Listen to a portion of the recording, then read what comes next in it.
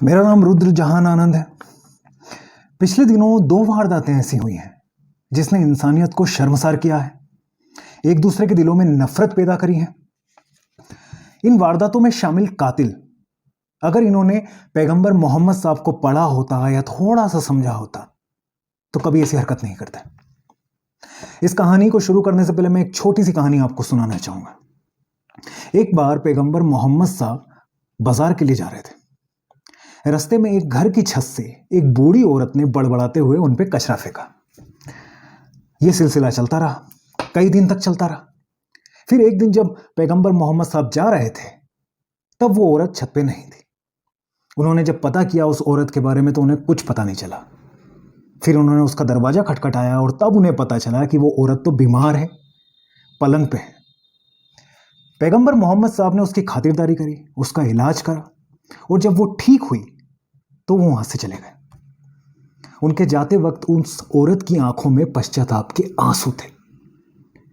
ऐसा था पैगंबर मोहम्मद साहब का असर, जो अपने दुश्मनों के दिलों में भी नफरत की जगह प्यार पैदा कर देते थे। ये जो दो वारदातें हैं, इनमें से पहली है उदयपुर में कन्हैया लाल की हत्या, दूसरी वारदात है उमेश काले अमरावती की हत्या। पहले हम उदयपुर की वारदात के बारे में बात करेंगे। इस वारदात को दो लोगों ने अंजाम दिया है, मोहम्मद रियाज अंसारी और मोहम्मद गोस। एक जानकारी के लिए छोटी सी चीज मैं आपको बताना चाहूंगा। मोहम्मद रियाज अंसारी ने इस हत्या को करने से पहले एक वीडियो जारी करा था। उस वीडियो में उसने कहा था कि अल्लाह तुम्हारे परिवार की हिफाजत करेगा, किसी से मत डरो, लड़ो, इस्लाम के लिए लड़ो। जब जांच हुई और बाद में पता चला कि इस वारदात को अंजाम देने से पहले रियाज अंसारी ने अपने परिवार को एक महफूज जगह रख छोड़ा था।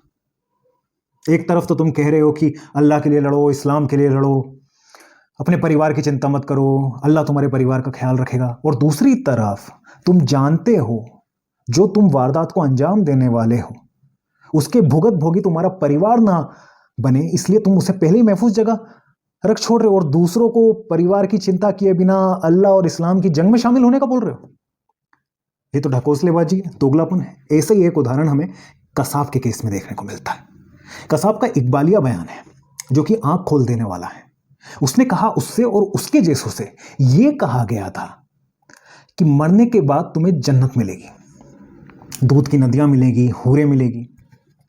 अब सवाल यह उठता है, अगर मरने के बाद जन्नत, दूध और हूरें मिल रही है तो तुम क्यों नहीं जाते हो जन्नत? तुम कसाब को क्यों भेज रहे हो? लेकिन एक तरीका है कम पढ़े लिखे लोगों को बहलाने का, फुसलाने का, पागल बनाने का, उनका ब्रेन वॉश करने का, क्योंकि ये कमजोर कड़ी होते हैं। चलिए हम हमारी पहली वारदात पे आते हैं, कन्हैया लाल उदयपुर वाली वारदात पे। कन्हैया लाल ने एक एफआईआर दर्ज करी थी पुलिस स्टेशन में। वो एफआईआर मैं आपको हूबहू पढ़ के सुनाता हूं।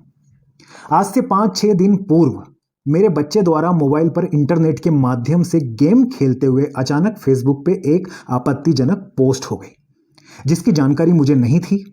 परंतु 2 दिन पश्चात 2 लोग मेरी दुकान पे आए और मुझसे मेरा मोबाइल मांगे और कहा कि हमारे मोबाइल में बैलेंस नहीं है, हमें आपका मोबाइल चाहिए, हमें कॉल करना है। जिसके बाद मेरे द्वारा उनको मोबाइल दे दिया गया, परंतु उनके द्वारा मुझे बताया गया कि मेरे द्वारा मोबाइल पे एक पोस्ट शेयर की गई है। मैंने उन्हें बताया कि मुझे मोबाइल चलाना नहीं आता है, मोबाइल सिर्फ मेरा बच्चा गेम खेलने के लिए लेता है। तो उनके द्वारा मेरे मोबाइल से वो पोस्ट डिलीट कर दी गई और कहा कि आइंदा ऐसी हरकत मत करना। एक ही शनिवार दिनांक 11/6/2022 को मुझे पुलिस थाने धान मंडी से फ़ोन आया कि आपके खिलाफ एक रिपोर्ट दर्ज हुई है, आप थाने में आ जाइए। थाने में मैंने देखा कि मेरे पास ही रहने वाले नजीम ने शिकायत दर्ज की है। अब ये एफआईआर मैंने आपको इसलिए सुनाई कि आपको बाकी की कहानी समझने में आसानी होगी।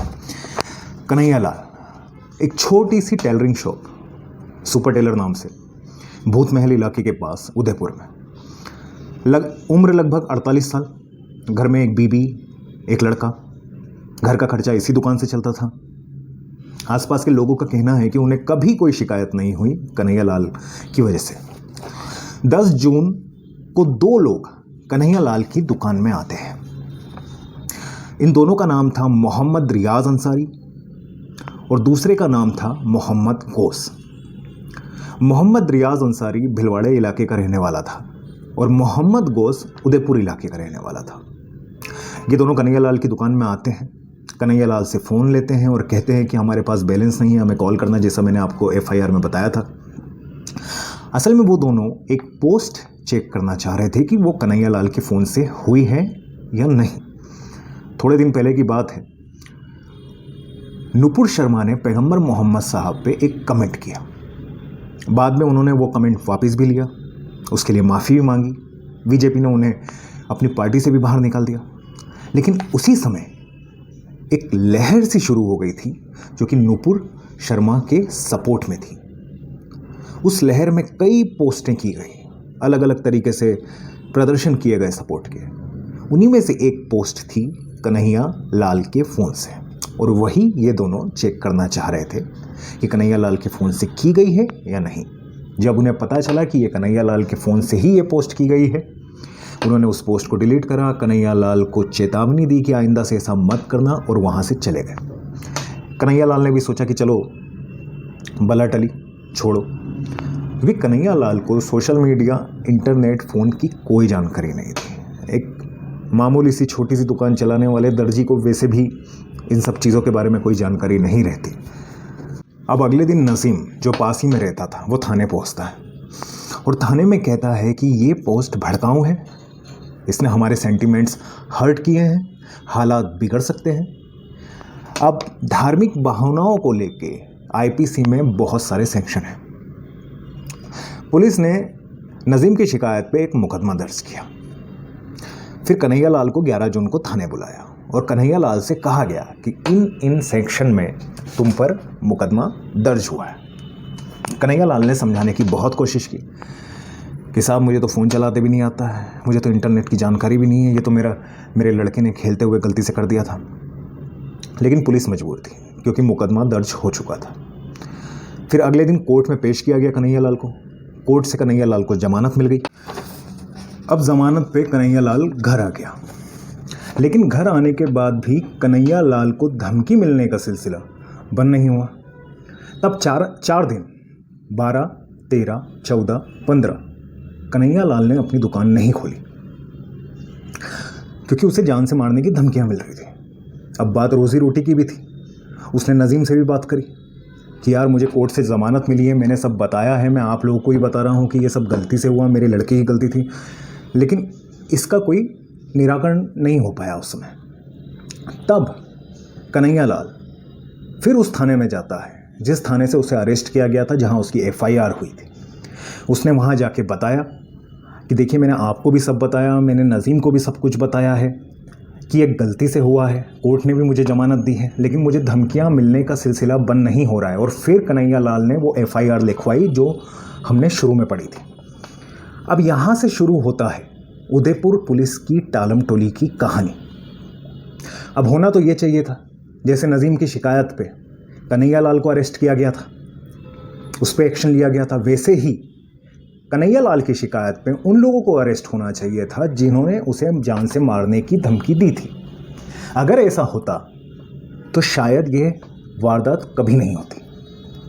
लेकिन फिर पुलिस वालों को लगा यार ये तो बहुत माथापच्ची वाली बात है, अरेस्ट करना, फिर साहब की सुनना कि हैंडल नहीं कर पा रहे हो चीज़ें। एक काम करते हैं, 5-6 रसूखदार लोगों को बिठाते हैं उस एरिया के, हिंदू मुस्लिम कम्युनिटी के, और इन लोगों के बीच समझौता करा देते हैं। हुआ ऐसे ही, 5-6 लोगों को बिठाया गया, समझौता हो गया, समझ हो गई कि हाँ ठीक है गलती से हुआ था, आइंदा कुछ नहीं होगा। कन्हैयालाल भी हो गया बेफिक्र। अब कन्हैयालाल ने उसके बाद से अपनी दुकान खोलना शुरू कर दी। उसने सोचा ये गई गुजरी बातें हो गई। अब दिन आता है 28 जून, दोपहर 2:30 बजे का वक्त था। 2 लोग कन्हैयालाल की दुकान में आते हैं जिनका नाम था मोहम्मद गोस और रियाज अंसारी। ये लोग कहते हैं कि इन्हें कपड़े सिलवाना है। अब कन्हैयालाल की तो ये रोजी रोटी थी। उसने कहा ठीक है। अब कपड़े सिलवाने से पहले नाप लिया जाता है। अब ये दोनों पूरी तैयारी से आए थे। इन दोनों के कुर्तों के नीचे बड़े बड़े खंजर इन्होंने छुपा के रखे थे। अब जैसे ही कन्हैयालाल नाप लेना शुरू करता है, एक जो दूसरा बंदा है मोहम्मद गोस, वो वीडियो बनाना शुरू कर देता है। अब नाप लेते वक्त जैसे ही कन्हैया लाल की मोहम्मद रियाज अंसारी से नज़र हटती है, मोहम्मद रियाज अंसारी अपने कुर्ते में छुपे उस बड़े से चाकू को निकालता है और ताबड़तोड़ कन्हैया लाल पे वार करना शुरू कर देता है। कन्हैया लाल गिड़गिड़ाता है, बचने की पूरी कोशिश करता है, लेकिन नाकाम हो जाता है। रियाज अंसारी कन्हैया लाल का गला रेतता है और वो दोनों चलते हुए दुकान से निकल जाते हैं जैसे कुछ हुआ ही नहीं हो। फिर ये दोनों अपने घर जाते हैं और एक और वीडियो रिकॉर्ड करते हैं। उस वीडियो में ये लोग कहते हैं कि हमने कर दिया, जो भी पैगंबर मोहम्मद साहब के बारे में इस तरह की बात करेगा हम उसका यही हाल करेंगे, और नरेंद्र मोदी, प्रधानमंत्री नरेंद्र मोदी को भी धमकी देते हैं। अच्छा, फिर ये उस दिन 3 वीडियो अपलोड करते हैं। 2 वीडियो तो ये हो गए जो एक कन्हैया लाल की हत्या करते वक्त मोहम्मद गोज ने बनाया था, और फिर घर आके इन्होंने रिकॉर्ड किया था कि हाँ हो गया, और जिसमें प्रधानमंत्री नरेंद्र मोदी को भी धमकी दी थी। और एक वीडियो इन लोगों ने बनाया था 17 जून को। उस वीडियो में इन्होंने अपना पूरा नाम, अपना पता, अपने बारे में सब कुछ बताया था। कहा गया था कि जैसे ही काम हो जाएगा हम लोगों को इत्तला करेंगे। अगर ये वीडियो वो उसी दिन 17 जून को अपलोड कर देते तो शायद ये वारदात नहीं होती, क्योंकि उससे पहले ये पकड़े जाते। इसलिए इन्होंने इंतज़ार किया। अब वीडियो अपलोड होने के पहली बार उस इलाके में एक्चुअली लोगों को पता चला कि हुआ क्या है। लोग भागे, शटर गिरने लगे। कन्हैया लाल की दुकान पे जाके देखते हैं कि कन्हैया लाल का गला रेता हुआ, अपने खून में पूरा लिपटा हुआ कन्हैया लाल फर्श पे पड़ा हुआ है। लोगों की चीख निकल जाती है। पल में वहाँ का मंजर जो कभी भाईचारे का हुआ करता था वो नफरत में बदलने लग जाता है। लोग नारे लगाने लग जाते हैं। पुलिस को पता चलता है तो पुलिस के भी हाथ पैर फूल। उसके बाद रात होते होते पूरा क्षेत्र छावनी में तब्दील हो जाता है। देखते ही देखते 600 पुलिस वाले पूरे इलाके के चारों तरफ से घेर लेते हैं। बड़े बड़े आला अफसर मौके पे आने लगते हैं। परिवार वालों ने साफ कह दिया था कि जब तक कातिल पकड़े नहीं जाएंगे हम लाश उठाने नहीं देंगे। उसी दौरान रात ये दोनों बाइक पर सवार होकर हेलमेट पहन के अपना मुंह छुपाकर फरार हो जाते हैं। अब पुलिस वालों को ज़्यादा मेहनत तो करनी नहीं थी। वीडियो से साफ पता चल गया था कि ये हत्या किसने करी है, कहाँ रहते हैं, क्या नाम है। तो पुलिस वाले उस एड्रेस पे पहुंचते हैं। जब एड्रेस पे पहुंचते हैं तो पता चलता है ये दोनों तो बाइक पे बैठ के फरार हो गए। गश्त लगाई जाती है, सारी यूनिट को इन्फॉर्म किया जाता है, नाकाबंदियाँ की जाती हैं, और रात को ये दोनों पकड़े जाते हैं। अब देखिए, ऐसा भी नहीं है कि जब पकड़े गए हैं तो सरेंडर कर रहे हैं। ये पूरी कोशिश करते हैं कि वहाँ से उस वक्त भी भाग निकले। अब कहना यह है कि एक तरफ तो तुम हौसला भर रहे हो, अल्लाह के नाम पे लड़ने की बातें कर रहे हो, अपनी परिवार की चिंता करने की बातें नहीं कर रहे हो, जन्नत की बातें कर रहे हो, और दूसरी तरफ अपना मुंह छुपा के तुम लोग भाग रहे हो। और जब पकड़े जा रहे हो तब छीना झपटी करने की कोशिश कर रहे हो कि कैसे भी वहाँ से निकल जाए। एक वीडियो आपको देखने को मिलेगा यूट्यूब पे। पुलिस ने अच्छी खासी तुड़ाई करी है इनकी जब इनको पकड़ा था। अब अगले ही दिन राजस्थान सरकार ने इस केस की इन्वेस्टिगेशन के लिए एक SIT का गठन किया, स्पेशल इन्वेस्टिगेशन टीम। लेकिन शाम होते होते एक बड़ी खबर सामने आई कि NIA के 4 ऑफिसर दिल्ली से राजस्थान आए। अब ये NIA क्या है? ये नेशनल इन्वेस्टिगेशन एजेंसी है जिसके कर्ता धर्ता अजीत डोभाल है, और इनका काम जनरली टेररिज्म से रिलेटेड, आतंकवाद से रिलेटेड मामलों की इन्वेस्टिगेशन करना होता है। तो राजस्थान सरकार ने भी NIA को फुल सपोर्ट किया कि हम आपको पूरा सपोर्ट करेंगे, आप इसकी जांच कीजिए, क्योंकि NIA के पास ऐसे आउटपुट थे कि ये एक मामूली कत्ल नहीं है, इसके पीछे एक आतंकवाद की पूरी सोची समझी साजिश है।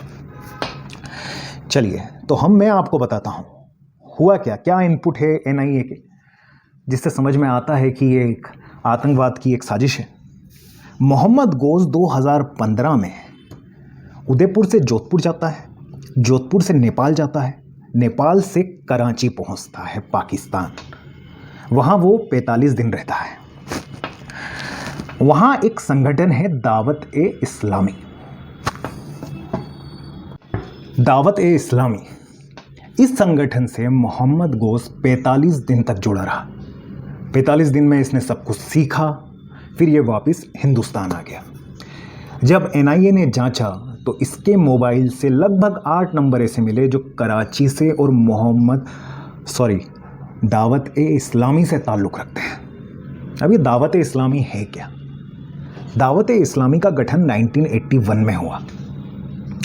इसका काम ये है कि पैगंबर साहब के पैगामों को और शरिया कानून को लोगों तक पहुंचाना, उनको जागरूक करना कि ज़िंदगी जीने का तरीका ये होता है। अब ये पूरी तरह से एक नॉन पॉलिटिकल ऑर्गेनाइजेशन है। इसका जो फाउंडर है उसका नाम, ध्यान से सुनिए, मौलाना अबुल बिलाल मोहम्मद इलियास अफ्तारी। इस संगठन की एक पहचान है कि इससे जुड़े लोग हरे कलर की टोपी पहनते हैं और जो भी इस संगठन से जुड़े होते हैं वो अपने नाम के आगे अफ्तारी लगाते हैं, क्योंकि इसके फाउंडर का जो नाम मैंने आपको बताया, मौलाना अबुल बिलाल मोहम्मद इलियास अफ्तारी। तो इसी तरीके से मोहम्मद रियाज अंसारी और मोहम्मद गोस दोनों अपने नाम के आगे अफ्तारी लगाते थे। अफ्तारी मोहम्मद रियाज अंसारी, अफ्तारी मोहम्मद गोस। अब दावत ए इस्लामी ये जो संगठन है ये 100 से ज़्यादा देशों में फैला हुआ है।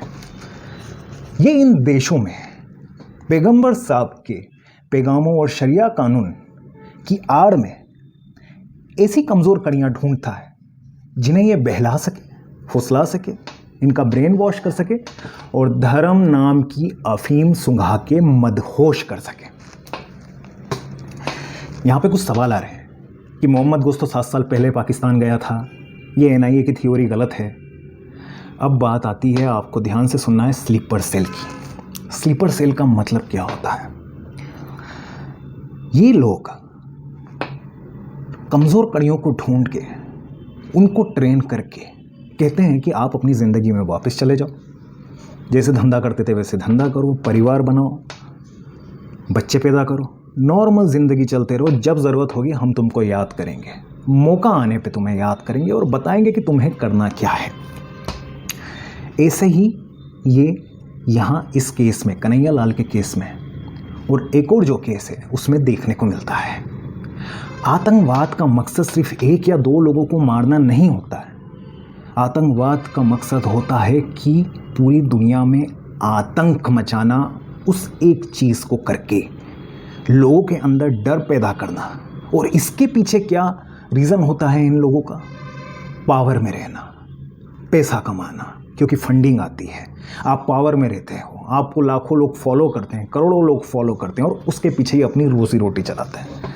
ये बड़े बड़े आतंकवादी के जो सरगना हैं, आप देखोगे इनके बच्चे अब्रॉड में अपनी एजुकेशन पूरी कर रहे हैं, अच्छे खासे धंधों में सेट हैं। और ये जो कमज़ोर, जो बिना पढ़े लिखे लोग हैं, इनसे ये सारा का सारा इस्लाम फैलाने की एक झूठी जिम्मेदारी इन लोगों को दी जा रही है। अच्छा, मुझे लग रहा है कि शायद ये वीडियो लंबा हो रहा है, ये मेरा पहला वीडियो है और मैं थैंक्स करना चाहूँगा शम्स ताहिर जी को। मैं उन्हें बहुत पसंद करता हूँ जो आज तक में काम करते हैं और इस केस की फाइंडिंग मैंने उनके वीडियो से भी ली है। और नेक्स्ट वीडियो में मैं बताना चाहूँगा आपको उमेश काले अमरावती के बारे में। ठीक है, थैंक यू सो मच।